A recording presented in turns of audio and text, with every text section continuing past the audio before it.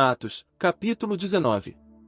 E enquanto Apolo estava em Corinto, aconteceu que, tendo Paulo passado por todas as regiões altas, ele veio a Éfeso, e achando ali alguns discípulos, disse-lhes: Vós já recebestes o Espírito Santo desde que crestes?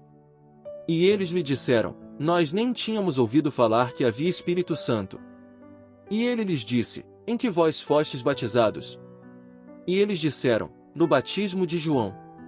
Então Paulo disse: João verdadeiramente batizou com o batismo do arrependimento, dizendo ao povo que crescem naquele que viria após ele, isto é, em Jesus Cristo. Ao ouvirem isto, eles foram batizados no nome do Senhor Jesus. E Paulo, impondo-lhes as mãos, veio sobre eles o Espírito Santo, e falavam em línguas, e profetizavam. E todos os homens eram cerca de 12. E ele, entrando na sinagoga, falava ousadamente durante 3 meses, disputando e persuadindo as coisas do reino de Deus. Mas quando alguns se endureceram, e não creram, e falando mal do caminho diante da multidão, ele se desviou deles, e separou aos discípulos, disputando a cada dia na escola de um certo tirano. E isto aconteceu durante 2 anos, de tal maneira que todos os que habitavam na Ásia tinham ouvido a palavra do Senhor Jesus, tanto judeus como gregos. E Deus fazia milagres extraordinários pelas mãos de Paulo, de tal maneira que até os lenços e aventais de seu corpo eram levados aos enfermos, e as doenças os deixavam, e os espíritos malignos saíam deles. E alguns exorcistas dos judeus, itinerantes, tentaram invocar o nome do Senhor Jesus sobre os que tinham espíritos malignos, dizendo: Nós vos repreendemos por Jesus, a quem Paulo prega. E eram 7 filhos de Seva, judeu, chefe dos sacerdotes, os que faziam isto.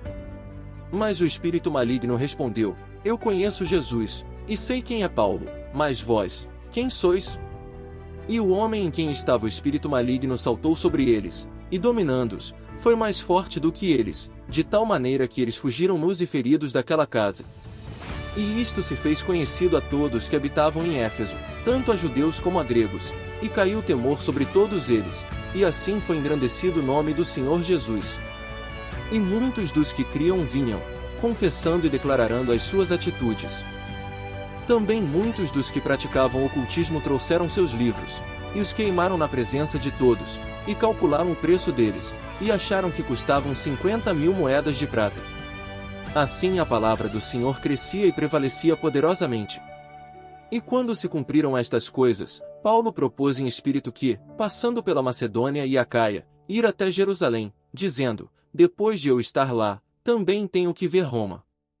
E ele, tendo enviado à Macedônia 2 daqueles que o serviam, Timóteo e Erasto, ele ficou por algum tempo na Ásia. Mas naquele tempo aconteceu um não pequeno alvoroço quanto ao caminho. Porque um certo artífice de prata, de nome Demétrio, que fazia objetos de prata para o templo de Diana, e dava não pouco lucro aos artesãos, aos quais, tendo-os reunido com os trabalhadores de semelhantes coisas, disse: Homens, vós sabeis que deste ofício temos nossa prosperidade.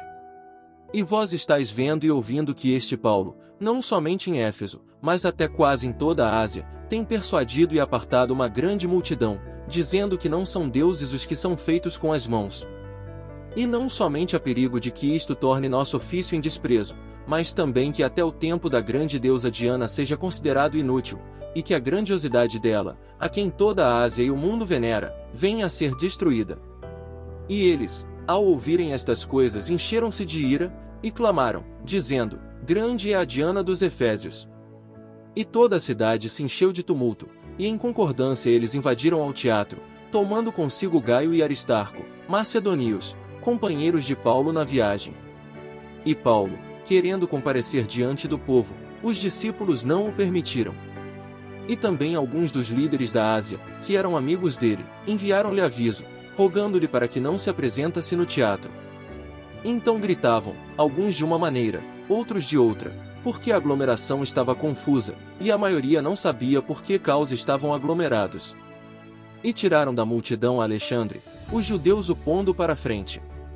E Alexandre, acenando com a mão, queria se defender ao povo. Mas ao saberem que ele era judeu, levantou-se uma voz de todos, clamando por cerca de 2 horas: Grande é a Diana dos Efésios. E o escrivão, tendo apaziguado a multidão, disse: Homens efésios, Quem não sabe que a cidade dos Efésios é a guardadora do templo da grande deusa Diana, e da imagem que desceu do céu?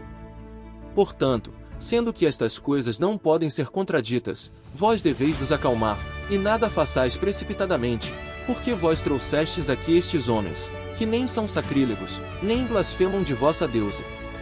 Então se Demétrio e os artesãos que estão com ele têm algum assunto contra ele, os tribunais estão abertos, e há procônsules, que se acusem uns aos outros. E se procurais alguma outra coisa, será decidido em uma reunião legalizada.